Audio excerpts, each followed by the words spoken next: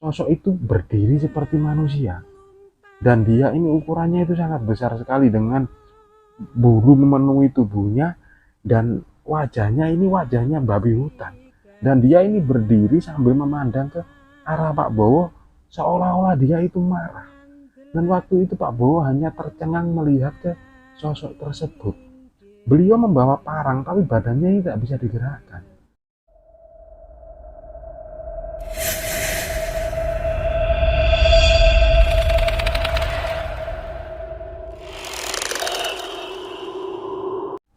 Assalamualaikum warahmatullahi wabarakatuh.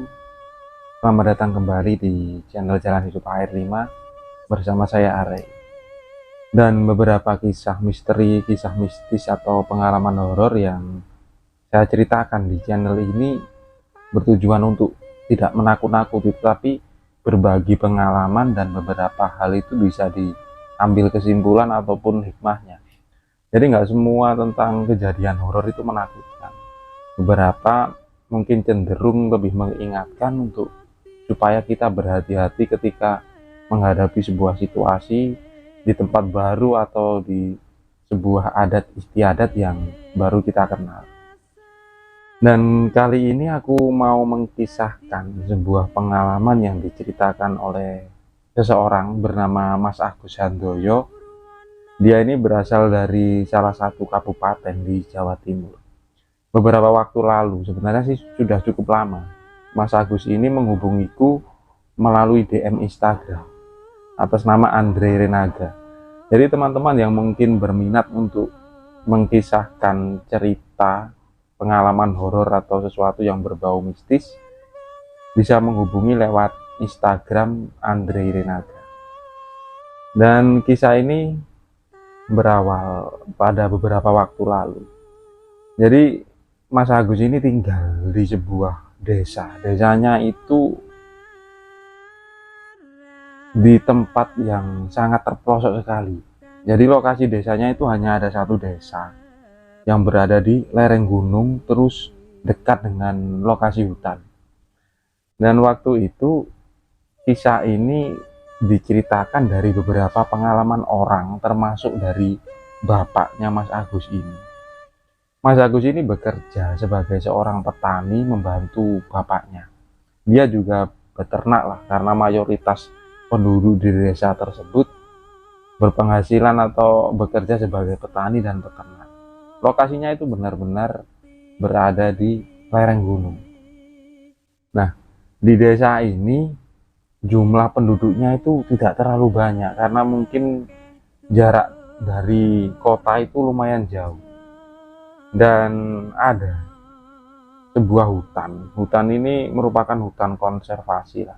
Tapi wilayah yang dekat dengan perkampungan tersebut sudah mulai digarap oleh warga, termasuk oleh keluarganya Mas Agus ini.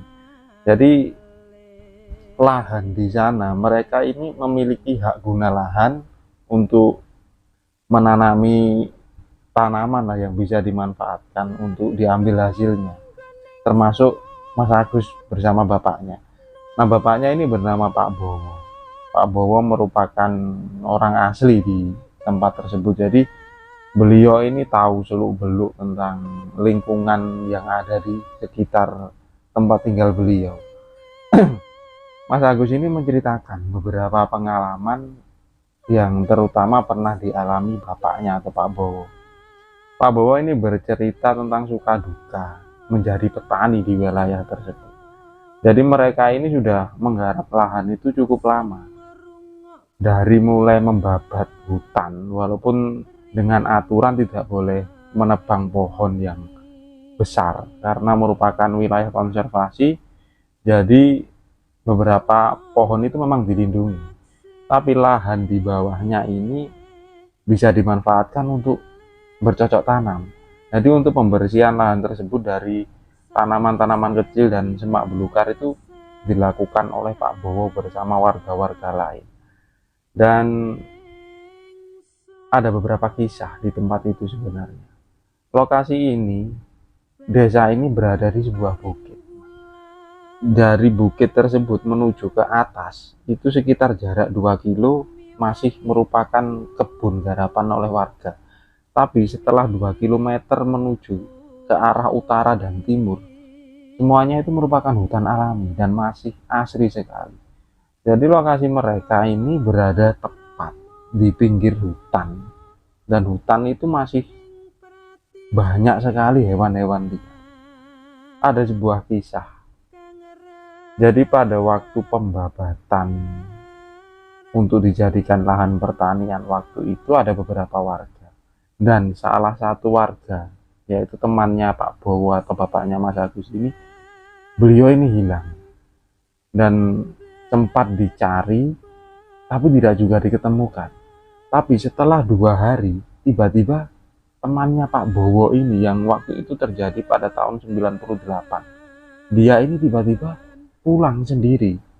Dan ketika ditanya oleh beberapa orang, jadi waktu itu dia itu ngerasa berada di tempat yang awalnya bersama teman-temannya. Tapi ketika dia bermaksud untuk pulang, dia ini tidak melihat jalan menuju ke rumahnya. Jadi waktu itu dia ini berada di seperti tempat yang sama, tapi suasananya itu sudah berbeda. Dan ketika dia berteriak, dia ini tidak mendapatkan sautan dari teman-temannya, yang lokasi mereka sebenarnya waktu itu berdekatan. Dan setelah itu dia ini kemudian berjalan, dan ketika berjalan dia menemu sebuah pancuran air seperti air terjun yang tidak terlalu tinggi. Dia kemudian minum di air tersebut, air dari pancuran tersebut yang berasal dari sumber mata air yang di atasnya itu memang ada beberapa pohon besar, dan dari relung pohon tersebut keluar mata air. Dan setelah itu beliau sudah tidak ingat. Tapi tiba-tiba dia ini ngerasa dibangunkan oleh seseorang dan disuruh untuk pulang sambil menunjuk ke arah sebelah selatan, dan sosok ini bilang kalau itu jalanmu pulang. Jadi kamu jalan terus mengikuti aliran sungai ini dan jangan sekali-kali noleh ke belakang. Kemudian tak beberapa lama dia ini sudah menemukan jalan yang biasa dia lewati menuju ke kebun tersebut. Dan setelah sampai di rumah, kok dia ini melihat orang-orang itu kaget. Kemudian pada bertanya, dia ini dari mana saja. Padahal dia ini ngerasa baru beberapa jam waktu itu. Tapi orang-orang termasuk keluarganya itu bilang kalau orang ini sudah nggak pulang itu 2 hari. Nah, itu adalah merupakan cerita dari salah satu warga di tempat itu. Dan cerita kemudian dialami oleh Pak Bowo, bapak dari Mas Agus. Jadi Pak Bowo ini mendapat bagian lahan. Lokasinya itu paling ujung, jadi langsung berbatasan dengan hutan. Tapi lahan ini cukup bagus karena menurut Pak Bowo tidak terlalu banyak tanaman atau pohon-pohon besar. Jadi posisinya itu matahari itu langsung tembus, jadi cocok untuk bertani atau berkebun. Nah, ketika awal-awal membabat, tanahnya ini memang sangat subur sekali. Dan Pak Bowo waktu itu berinisiatif untuk menanam pohon pisang, kemudian menanam pohon kopi, termasuk warga-warga sekitar itu mereka membudidayakan kopi waktu itu. Nah, di area yang menurut Pak Bowo agak terang, tidak terlalu terlindung dengan pohon-pohon besar, beliau kemudian memutuskan untuk menanam jagung. Dan lokasinya ini berdekatan dengan hutan di sebelah utara, yang kalau dilihat dari atas bukit ketika pemandangan itu terjadi di sore hari, ketika mereka melihat ke arah area hutan tersebut, pasti menimbulkan seperti perasaan itu agak takut atau merinding, karena suasananya dari agak terang karena sudah ditanami oleh warga, tiba-tiba langsung gelap karena tertutup dengan pepohonan yang sangat besar. Pak Bowo ini pernah mengalami sebuah kejadian mistis, dan waktu itu si Mas Agus ini masih kecil. Jadi dia nekat menanam jagung lah di tempat itu. Beberapa temannya atau tetangganya ini bilang nggak usah nanam jagung di situ, soalnya berdekatan dengan hutan, nanti pasti kalah dengan hewan-hewan liar di sana. Tapi Pak Bowo ini ngeyel lah orangnya. Beliau ini tertarik dengan kontur tanah yang mereng ke sebelah utara. Jadi otomatis ketika pagi hari itu langsung terkena sinar matahari, dan beliau juga ingin tahu tingkat kesuburan dari tanah tersebut. Dan untuk mengetahui itu, jadi Pak Bowo memutuskan untuk menanam tanaman yang cepat panen, dan pilihannya waktu itu adalah jagung. Pak Bowo pun menggarap tanah itu dibantu dengan istrinya, karena Mas Agus ini masih kecil. Dan ketika menggarap kemudian menanam jagung dengan sabar, pertumbuhan jagung ini sangat bagus sekali. Dan Pak Bowo ini lebih semangat. Tapi ketika jagung ini sudah mulai berbuah, walaupun waktu itu belum tua, dia ini agak sedikit kaget ketika waktu itu pagi hari Pak Bowo ini menuju ke kebun tersebut. Jadi banyak tanaman jagung ini rusak, dan dia ini nggak tahu yang ngerusak tanaman jagungnya ini hewan apa. Soalnya beberapa ada yang roboh dan beberapa hanya diambil buah jagung tersebut, padahal ini belum posisi jagung siap panen atau belum menua. Tapi Pak Bowo masih berusaha sabar karena jagungnya yang masih bagus itu cukup lumayan banyak. Tapi waktu itu beliau berinisiatif. Jadi ketika jagungnya ini sudah mulai tua dan siap panen, Pak Bowo akan berjaga di area itu. Jadi kebiasaan warga di sana, mereka itu berangkat pagi hari, dan kira-kira sekitar jam 1, jam 2 mereka akan pulang. Dan kondisi itu di sore hari otomatis tidak ada orang yang bekerja di area tersebut. Nah, akhirnya Pak Bowo ini memutuskan untuk berangkat di siang hari. Beliau sendirian, dan waktu itu sebelumnya pamit dengan istrinya akan pulang agak telat lah. Istrinya pun bilang, "Mbok ya nggak usah Pak, biarkan saja, wong ya di sana itu memang dekat hutan. Jadi kalaupun ada yang makan nggak mungkin lah kita nggak disisain." Tapi Pak Bowo ini ngeyel, soalnya beliau itu ngerasa sudah berusaha dan pengen memetik hasil. Pak Bowo tetap berangkat waktu itu. Jam 1 siang beliau sampai di kebun, dan di kebunnya itu ada sebuah pondok atau gubuk yang biasa beliau gunakan untuk istirahat. Sekitar jam 3 sore, tiba-tiba Pak Bowo itu mendengar suara rame riuh dari atas bukit tersebut. Nah, ternyata itu merupakan suara dari kumpulan monyet. Jadi monyet di situ memang cukup banyak sekali dan menyerang ke area kebun pisang. Dan kebun pisang ini sebagian itu milik Pak Bowo dan sebagian milik tetangganya yang ada di seberang. Dan memang jumlahnya itu cukup banyak. Tapi waktu itu ketika mereka sudah mulai turun menuju ke area jagung, Pak Bowo ini mendekat sambil mengetuk kentongan yang terbuat dari bambu dan dipukul-pukul. Otomatis si kera-kera ini langsung lari berhamburan kembali ke hutan. Pak Bowo sebenarnya mengira kalau mungkin kan merusak tanaman jagungnya ini kumpulan kera-kera ini atau monyet-monyet ini. Akhirnya Pak Bowo ini sudah lega lah tahu penyebabnya. Kemudian beliau kembali ke sebuah pondok yang ada di tengah kebun tersebut. Setelah itu Pak Bowo ini sempat tertidur lah, karena suasananya memang semilir angin di sore hari. Beliau tidak melihat ada siapapun di tempat itu. Dan ketika Pak Bowo ini bangun, ternyata sudah mulai menjelang sore dan sudah agak sedikit gelap. Pak Bowo sebenarnya bermaksud untuk pulang. Beliau membawa parang yang biasa beliau bawa, kemudian membawa sebotol air minum untuk dibawa pulang lagi. Dan ketika Pak Bowo ini sudah mulai keluar dari kebunnya, tiba-tiba beliau ini melihat ada seekor babi hutan. Ukurannya itu kecil, tak terlalu besar, dan dia ini berada di area kebun jagung itu. Nah, otomatis Pak Bowo ini berbalik lagi dan berusaha mengejar babi hutan tersebut sampai ke atas bukit.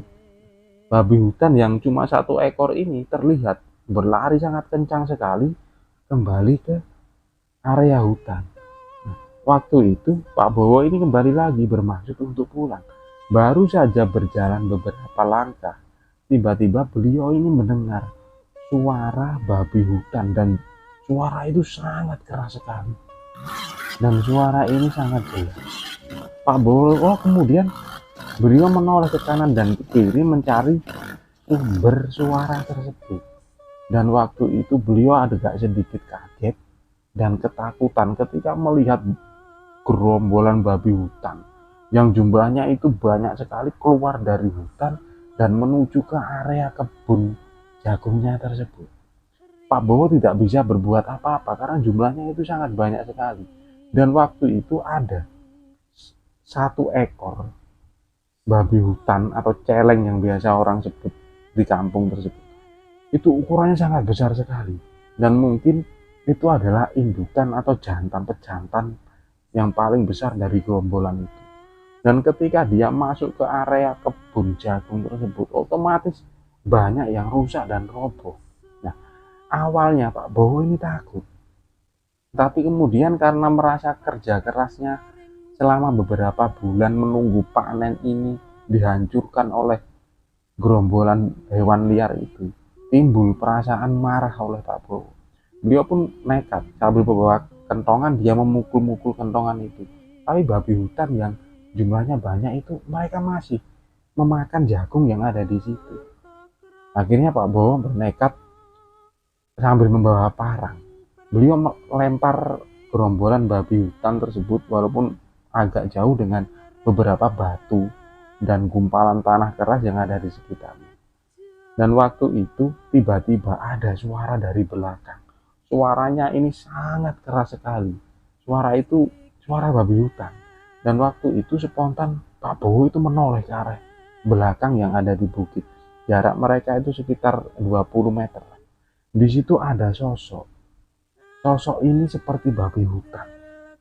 Tapi yang menurut Pak Bowo menakutkan adalah sosok itu berdiri seperti manusia. Dan dia ini ukurannya itu sangat besar sekali dengan bulu memenuhi tubuhnya dan wajahnya ini wajahnya babi hutan. Dan dia ini berdiri sambil memandang ke arah Pak Bowo seolah-olah dia itu marah.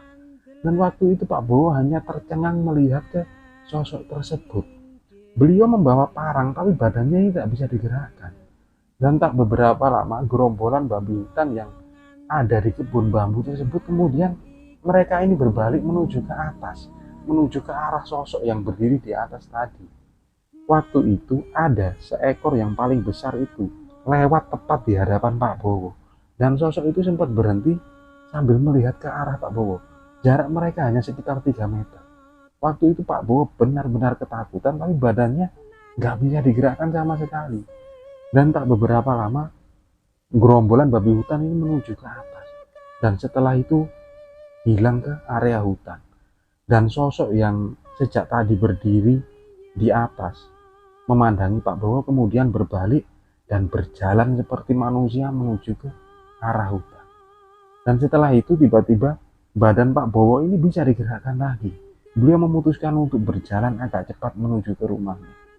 Kisah ini kemudian diceritakan Pak Bowo kepada istrinya. Nah waktu itu istrinya bilang, loh Pak, apa yang tak bilang itu bener kan, gak usah lah. Orang di sana itu sepi, untung Bapak tadi gak diserang gerombolan babi hutan tersebut. Dan akhirnya kisah ini pun menyebar kepada beberapa warga yang memang mereka itu berkebun di tempat itu. Ada pengakuan salah seorang warga, jadi mereka memang pernah melihat gerombolan babi hutan itu keluar dari area hutan sebelah utara.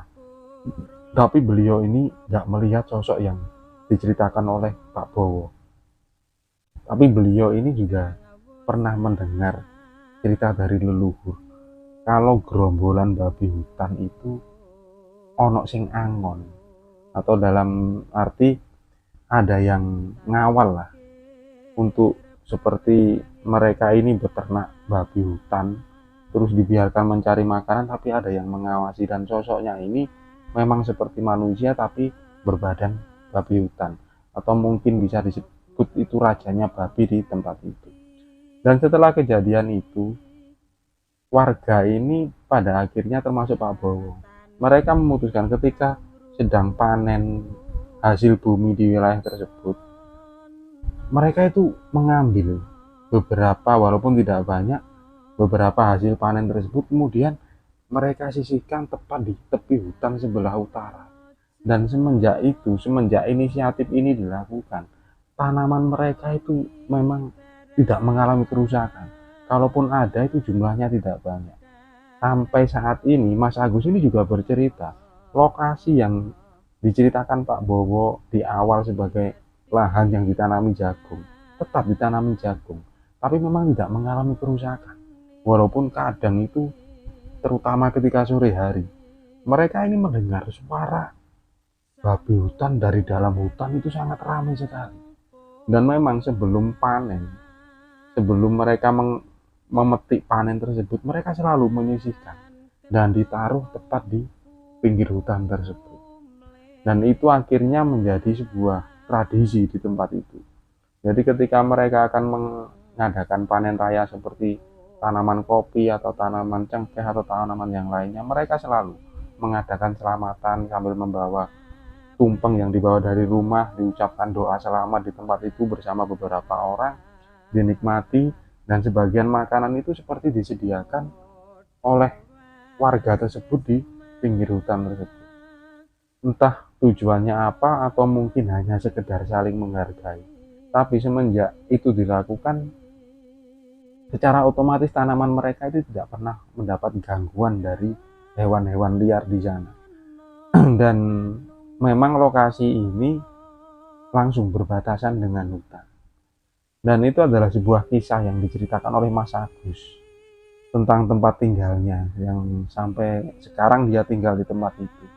Dan beberapa kisah yang dialami oleh tetangga dan sebuah kisah yang dialami oleh Pak Bowo yang merupakan bapak kandung dari Mas Agus ini.